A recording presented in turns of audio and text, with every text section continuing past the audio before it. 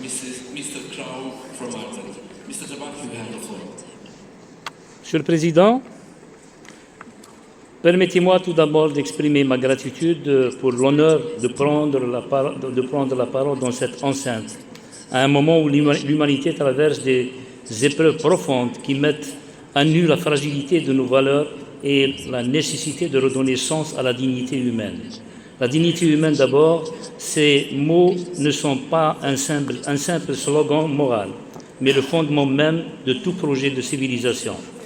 Il résume à la fois la promesse faite par les peuples libres à eux-mêmes et la responsabilité qui incombe à nos institutions nationales et internationales de veiller à ce que nul ne soit privé de sa valeur intrinsèque, de son droit à la vie, à la liberté et au respect. Aujourd'hui, un monde où les conflits se multiplient, où les inégalités s'aggravent et où les familles se retrouvent souvent les premières victimes de la guerre, de la pauvreté ou de la migration forcée. Placer la dignité humaine au centre de l'action politique devient un impératif moral et politique. Protéger des vies, faire respecter les droits, soutenir les familles et les communautés, tels sont les trois piliers d'un humanisme contemporain qui ne se limite pas aux déclarations d'intention, mais s'incarne dans des politiques concrètes, équitables et inclusives.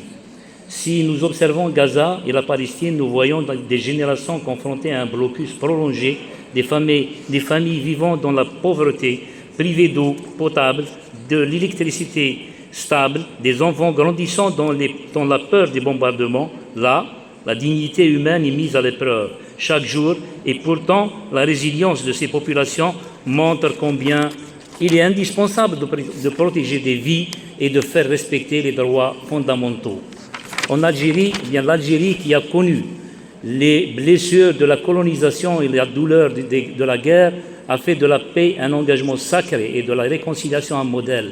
Notre pays a toujours défendu la primauté du dialogue sur la confrontation et la souveraineté des peuples sur toute forme d'ingérence. Faire respecter les droits, ensuite, c'est donner un nouveau réel à la dignité humaine. Les droits ne peuvent être des privilèges octroyés selon les circonstances, ils doivent être garantis universellement.